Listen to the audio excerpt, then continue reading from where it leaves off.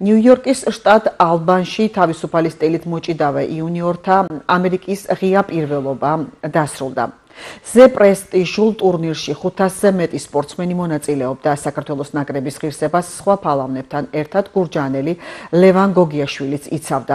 მან ზედიზედ დაამარცხა მასპინძელი ქვეყნის 2, ასევე გერმანიისა და შვედეთის წარმომადგენელი და ჩემპიონის ტიტულთან ერთად წონაში დაწესებულ ქამარსაც დაეუფლა. საქართველოს ნაკრებმა იასპარეზა ამერიკის შეერთებულ შტატებში, სადაც იმართებოდა ამერიკის ღია პირველობა ნიუ-იორკის შტატში, სადაც იასპარეზეს ქართველმა სპორტსმენებმა თავისუფალ ჭიდაობაში ჟიუნიორთა შორის იყო ეს შეჯიბრი, სადაც ამა ქართველმა გვასახელა და გახდნენ ოქროს ქამრის მფლობელები და ულოცავ საქართველოს, მათ შორის გურჯაანელმა ლევან გოგიაშვილმა მოიპოვა ქამარი და ულოცავ გურჯაანელებს და გურჯაანს ამ წარმატებას.